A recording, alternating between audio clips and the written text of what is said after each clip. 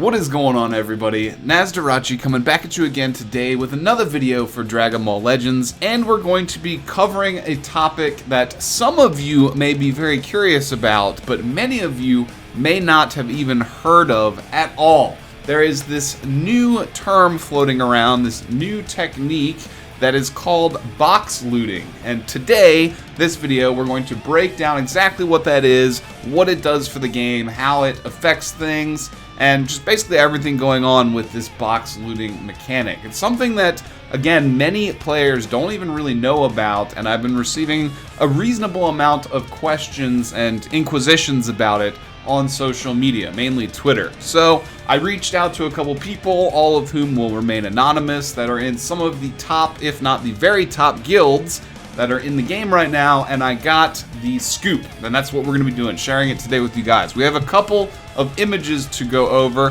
very quickly before we jump into the subject matter. Of course, plenty of y'all have seen this already, but we do know that, of course, this is Cyrax from Mortal Kombat coming. No, I'm just kidding. Of course, it's first form Frieza, and most likely he will be a Legends limited unit with a legendary finish. There is some speculation that because of the color scheme and what the potential background might be, that this either could be like King Cold in the background, or it could be like a DBS Broly variant of Frieza. But I think it's just the lighting effects from his attack that's making him look like extra reddish purple here.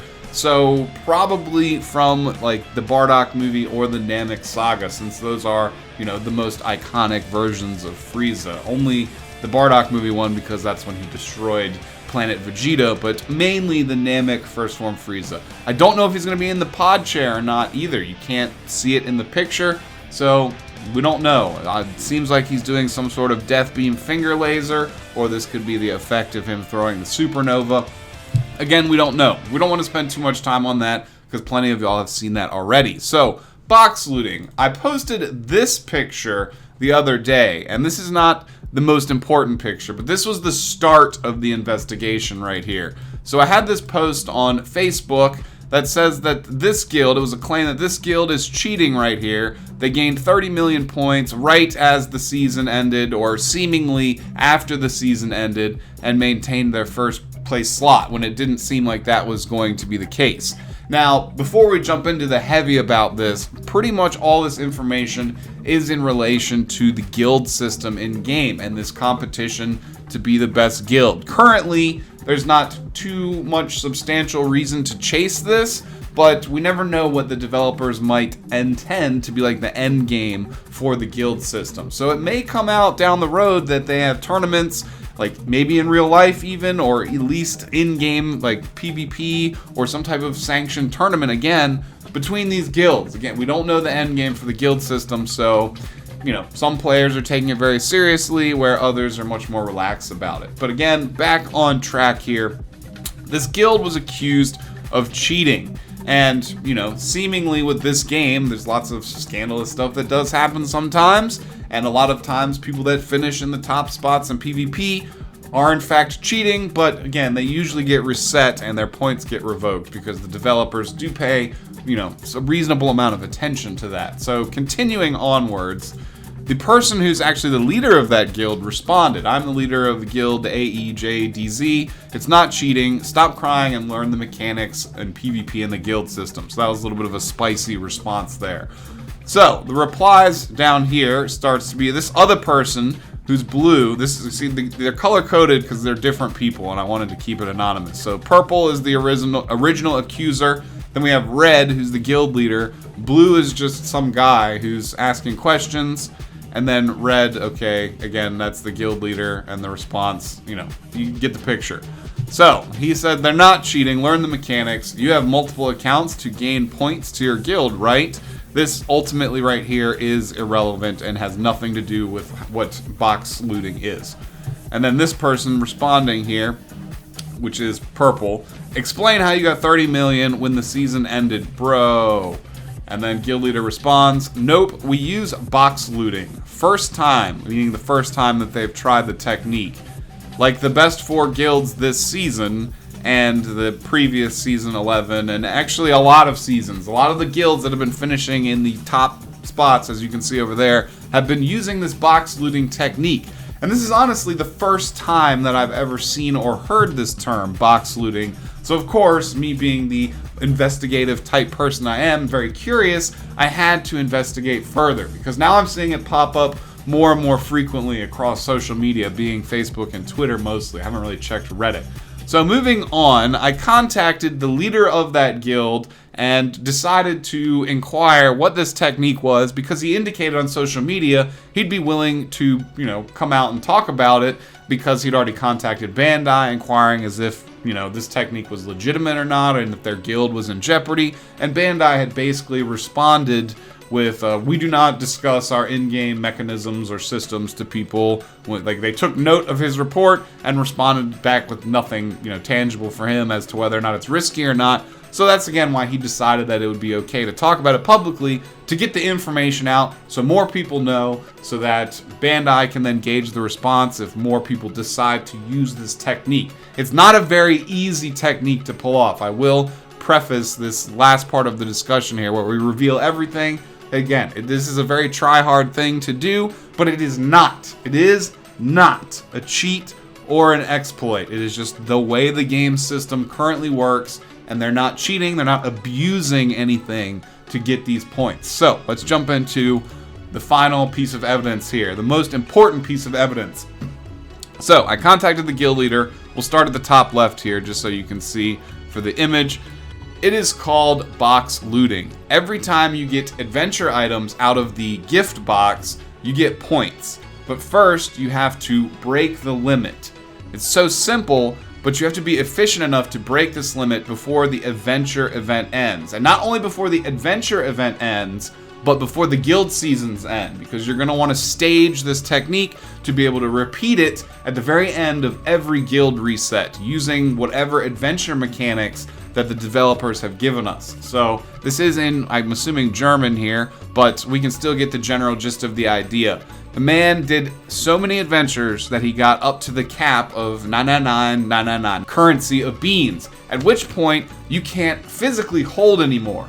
So as you continue to do the adventures after you've hit this cap, you get collector points for your guilds. Even, you can't hold them. They get sent to the gift box, but you still get the collector's points for obtaining them. Meanwhile, you keep this cap. You have 5,893 gifts in the gift box, and they're all stacks of more beans. So not only do you get the collector's points for doing the adventures and initially claiming the rewards, but you get a second round of collector's points when you then claim the beans or the gift, adventure gifts, whatever, from the gift box. You get points, and then you get points for collector's points for collecting everything, theoretically twice, but you have to break this cap to start filling up your gift box. Now, you then go into the more mind games with it. Of course, your guild is going to have an absurd amount of points if most people in the guild are using this technique, because you get the collector's points for doing all these adventures legitimately anyway. Again, there's nothing exploitative about this.